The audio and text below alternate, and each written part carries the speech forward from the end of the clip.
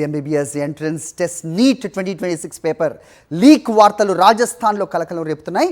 పరీక్షకు ముందు పంపిణీ చేసిన గెస్ట్ పేపర్లోని దాదాపు 600 మార్కుల ప్రశ్నలు అసలు క్వశ్చన్ పేపర్తో సరిపోలటం సంచలనంగా మారింది. పేపర్ ముందే లీక్ అయిందన్న అనుమానాలు వ్యక్తం అవుతున్నాయి. రాజస్థాన్ స్పెషల్ ఆపరేషన్స్ గ్రూప్ దీనిపై దర్యాప్తు చేస్తోంది.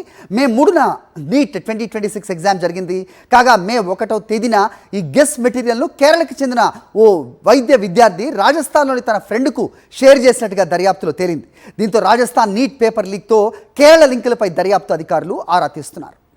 MBBS entrance test neat 2026 paper leak వార్తలు రాజస్థాన్లో కలకలం రేపుతున్నాయి.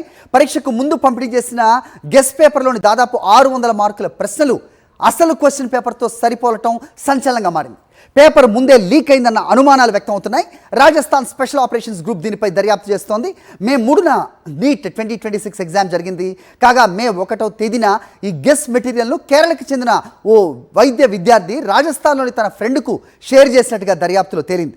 దీంతో రాజస్థాన్ నీట్ పేపర్ లీక్తో కేరళ లింకులపై దర్యాప్తు అధికారులు ఆరా తీస్తున్నారు.